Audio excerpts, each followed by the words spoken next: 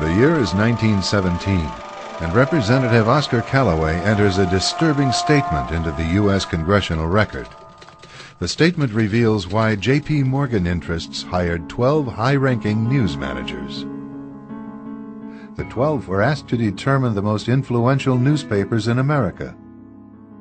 They were to figure out how many news organizations it would take to control generally the policy of the daily press of the United States. The 12 found it was only necessary to purchase the control of 25 of the greatest papers. An agreement was reached. The policy of the papers was bought, and an editor was placed at each paper to ensure that all published information was in keeping with the new policy. Soon, that policy would be defined by a front group formed by J.P. Morgan and his colleagues. In fact, Morgan's personal attorney was founding president of the organization, the Council on Foreign Relations.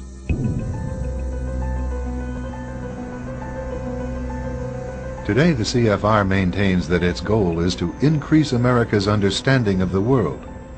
However, the actual objective of this highly exclusive club is revealed by the rare admissions of the insiders themselves.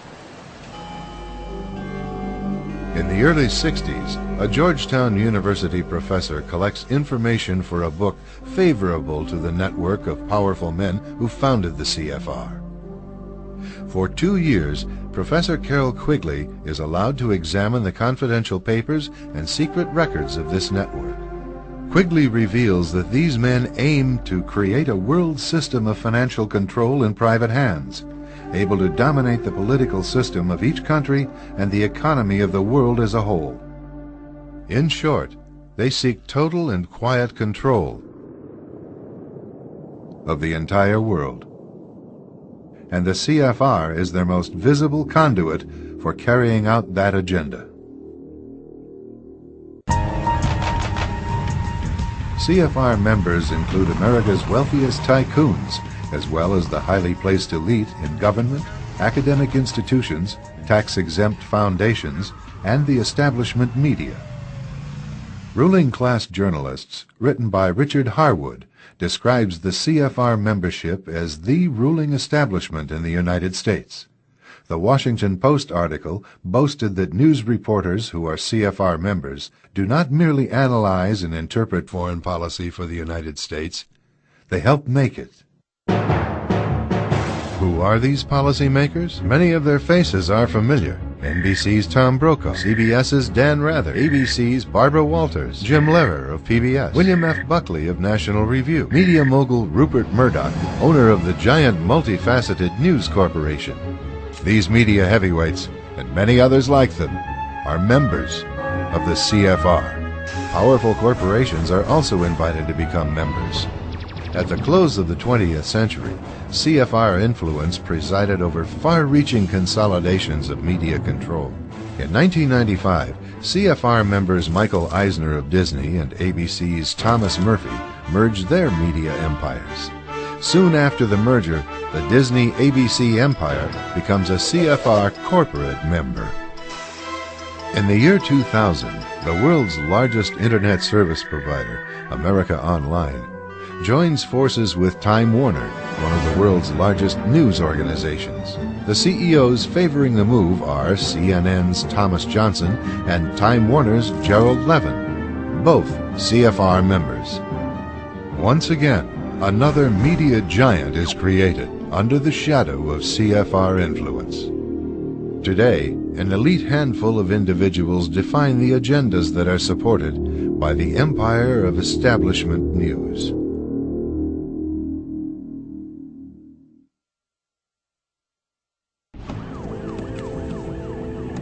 One of the CFR's strongest media allies is the New York Times. As a major outlet for the establishment viewpoint, the Times has achieved dominant influence over the reporting of national and international news. The Times is relied upon by many editors in the mainstream news media for direction on how to portray world events. In addition, The Times wire service retails the establishment line to subsidiary outlets such as broadcast news distributors and regional newspapers. Competition between these outlets rests primarily on the style of regurgitating the same message.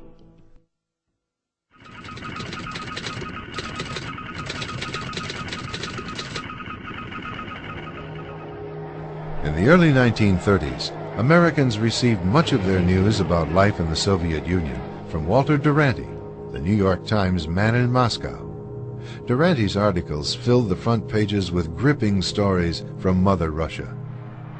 During that period, Joseph Stalin was consolidating power over the captive nations that formed the Soviet Union. One step in that drive called for the forced relocation of millions of Ukrainians. Observing these events on the scene was British journalist Malcolm Muggeridge. He witnessed the loading of thousands of Ukrainians into boxcars.